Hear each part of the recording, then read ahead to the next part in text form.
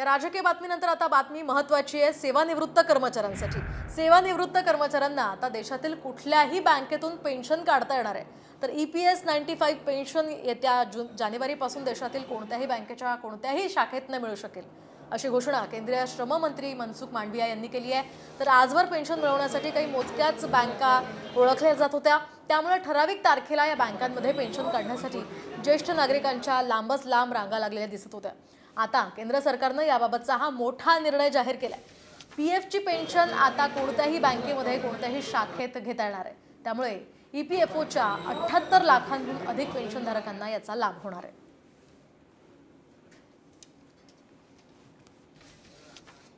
या राजकीय बातमीनंतर आता बातमी महत्त्वाची आहे सेवानिवृत्त कर्मचाऱ्यांसाठी।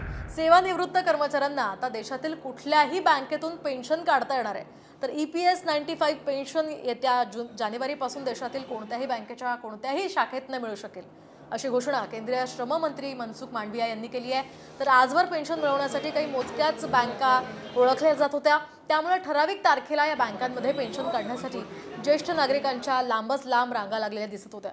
आता केंद्र सरकारने याबाबतचा हा मोठा निर्णय जाहीर केलाय।